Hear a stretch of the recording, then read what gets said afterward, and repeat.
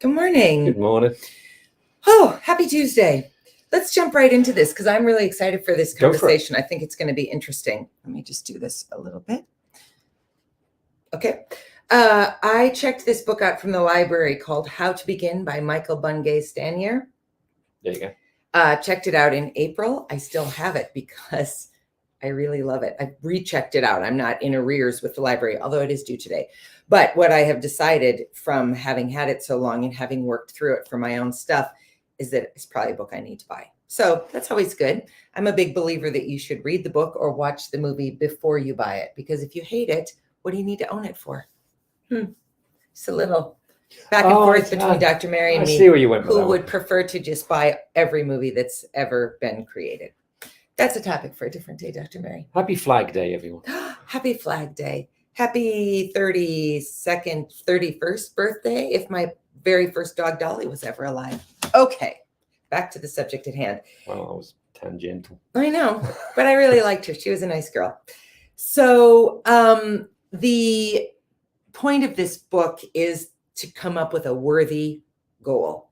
So he leads you through this whole series of questions and activities, and they're very, very interesting. I've really enjoyed it. Thanks, John. Hey, John. I have really enjoyed the process. I've done it both for Daily Dose and for my own stuff. It's been very useful. But I was reading this again yesterday and read it out loud to Dr. Mary, who said we should talk about this on Daily Dose. So I'm going to just read you about 5 sentences.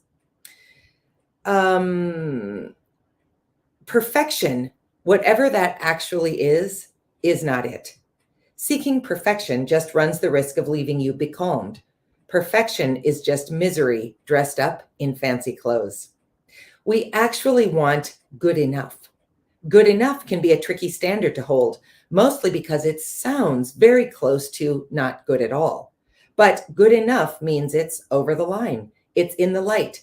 It's made the cut. So first of all, perfection is just misery dressed up in fancy clothes, I think is one of the greatest, clearest I like that a lot. metaphors Yeah. I have come across, because how often do you get caught up in, I can't launch this, I can't say this, I can't release this, I can't write this, I can't do this until it's perfect. If you are striving for perfection, you will be miserable, because what do we know for sure? Perfection doesn't exist. Yes, it does not. So how are we relating this to addiction? I think, well, one of the ways, and chime in if you... Oh, I will. One of the ways is it's hard. I know in no particular order, I'll go back and explain this if no one gets it straight away. I've had people who just quit trying to quit drinking because they said it's too hard. One of the models of not drinking is to just not drink, and to do that for a lot of people is incredibly hard, if not impossible. You're suddenly put in a situation where you need 100% or you failed. Yeah, you either need to be perfect, as in 0 alcohol for the rest of your life, or at any moment you're a failure. Well, again, I mean, we've sort of talked about this in various other ways, but what else on the planet says it is absolutely all or absolutely nothing? And if it's all, well, let's go with nothing. If you have a drink, then not only are you a failure, but it proves the point that so many people have about addicts, which is once an addict, always an addict. Yeah, because it's hard to get perfection. Now, I'm incredibly lucky that if you want to go with abstinence perfection, I've actually nailed it for 5 years, 4 months, and some days, and 2 weeks. Exactly. Yeah, exactly. But I'm one of 10% of the people who go through an AA program that can say that. Aren't you one of the 1% of the 10%? Oh, yeah, because I've made it past 5 years. I mean, it's astonishing. Now, here's the question that I asked Dr. Mary last night. And this is really, we're upending the way we have been thinking Yes. about sobriety because of the work that we're doing with Adi and Ignited, and because of all the conversations we've been having with people. So we're processing this as you're watching us process it, which is super interesting, kind of this weird meta thing we're doing.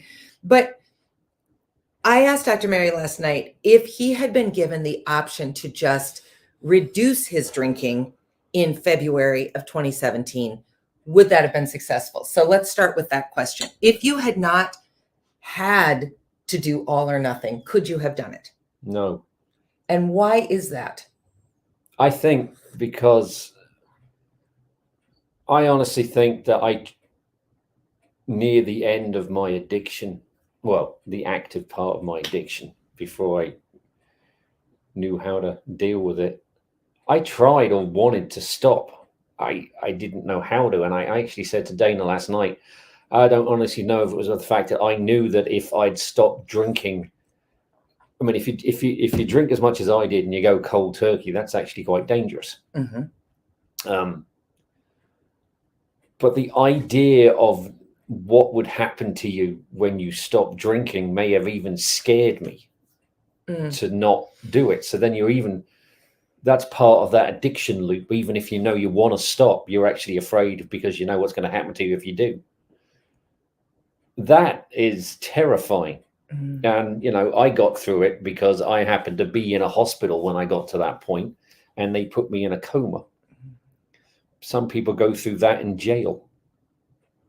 Or at home. Or at home. So we had a woman who has, we've gotten to know only because of our going public with this story, and we've not actually met her, but she's a pretty avid supporter of us. And she wrote on our YouTube channel after last Tuesday's conversation that her brother told her on a Friday that he was going to check into rehab on Monday, and decided to go cold turkey over the weekend and died over the weekend because it was too much of a jar to his body, and he did it at home. And, we've talked a lot about how dangerous that would have been if Maz had done that at home. So you believe that you would not have been able to do, for instance, what some people we're meeting through Ignited are doing, which are things like, well, I'm tracking how many drinks I have. And so if I was drinking 47 drinks a week and I'm now drinking 40, that's an improvement, which it technically is. That is an improvement. And it's an interesting way of looking at it until I met Adi and we started talking about this entire different program and way of thinking of it. It was completely foreign to me, but it kind of makes sense. I mean, in the English education system, you sit your exams and then you have an oral component to your final exam where they ask you questions about what should still be in your head because you're supposed to know it and understand it.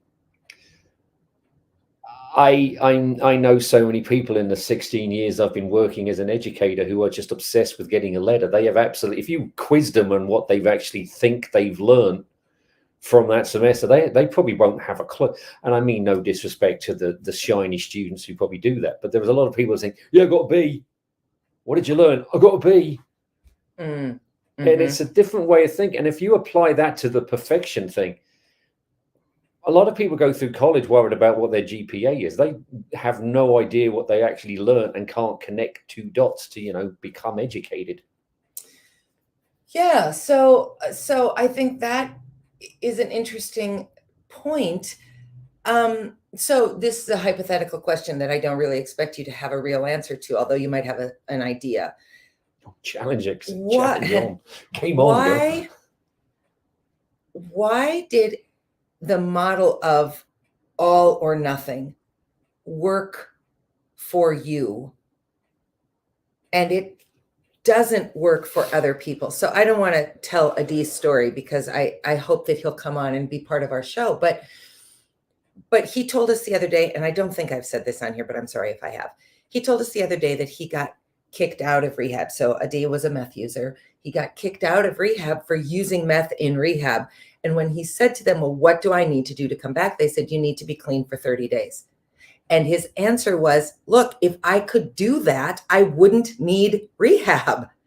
So why did that Why did that all or nothing black or white model work for you? Because I don't even view you as somebody who is an all or nothing person. Why did that work for you and it doesn't work for other people, do you think? Oh God, no matter how I say this, I'm going to sound like I'm giving myself too much credit. That's all right. Just say it. I think I needed to do it. I think I knew if I don't stop drinking, I've had it. So whatever option you throw at me, I'll take. I didn't. Someone threw me a life jacket. I didn't check to see if it fit or if it went with the rest of everything I was wearing. I just put it on. Oh. Or maybe it was just sheer desperation. I don't know, but it worked. That's interesting. That's a great analogy. Okay. So now we're getting immersed in these other models. We had a woman say the other day on a call with Ignited, I'm 2 weeks sober in the past 4 weeks. Think about that. I'm 2 weeks sober in the past 4 weeks, 14 of the last 28 days, not consecutively. She didn't drink. And you know what the response from the group was? Amazing. Yeah. Good for you. Keep going. You can do it. As opposed to, yeah, in 2 weeks of 4 weeks, you were a fall down drunk. See the difference? I go back to an analogy that I have used for a long time. You don't say to a baby who has pulled themselves up to a coffee table and is about to take a step and falls. You don't say to the baby, what the hell is the matter with you? Just put your foot down, plant it, and walk. You celebrate that they tried, even when they failed by falling, because it's only in the falling that they can start to figure out how to be successful. Yeah. No baby walks instantly. Do you know what I heard the other day? This won't be shocking to you, probably. This is a little science. I'm shocked. Well, yeah, that's true. I heard that the reason that human babies take so long, a horse or a cow or a deer, a fawn, is born and can walk within minutes. Yeah. Do you know why we can't? Because we are way, way, way too premature. But our heads cannot be any bigger than they are and successfully fit through the birth canal. So we have to be born premature. Is that true? Yes. How shocking is that? Just as a complete different note. But let's go back to the point. The point is, you don't berate a baby for trying, sometimes for weeks or months. You do not berate the baby. You encourage them. Celebrate it every single time until they get it. And now when you get up as a grown-up and you walk across the room, nobody celebrates that, except if you've been in an accident, if you're an amputee, if you've had a traumatic brain injury and you have to relearn again. Nobody says to the person relearning to walk, you used to know how to do this. Just go back to what you knew. They say, congratulations, you're doing it. Keep going. I know you're tired. I know this is hard. I'm here with you. That's how we do it. I'm sorry. I'm laughing at something that you might not find funny, but well, then let's not go into it. I will try it out, though. I mean, that's a fantastic idea, and it would work for learning to walk. I don't know if it works for 15 years down the line if you're teaching them to drive. But yes, it does. Anyway, I was keeping that one to myself. Yes, and chose not to, Dr. Mary. Sorry. The point is, it's all about how you look at it. And let me read the one sentence to you that I think is so powerful. Perfection is just misery dressed up in fancy clothes. We had someone on this show a while ago who explained, I can't remember who it was. I know we got to go in a minute, but she said that it's, if you're in a competition and you're getting a medal, say you're in the Olympics, it's easier to be third than it is second. Oh no, I read that. Oh, did you? And it'll come to me what book I read it in, but it was incredibly It's kind of related to this. If right. You're not perfect, someone even said that second is the first loser.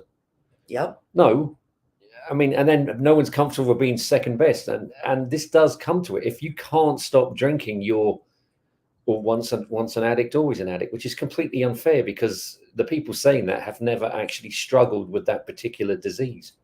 It's like saying, "Oh, once you've had cancer, you've always had cancer." Or once you were fat, you'll always be fat. Or once you got fired, you'll never be successful in another job. Yeah. We don't do that anywhere in life. All kinds of people barely graduate from high school. Not all kinds, but some people barely graduate from high school. I wouldn't say you barely graduated from high school, but I would say you were not academically striving. Let's call it that. And Dr. Mary, what is your final degree? What is that called? A PhD from a major institution. Once a lazy student, always a lazy student? Not true. Yes, you were. We're leaving it at that. All right. Here's the wrap up for the day.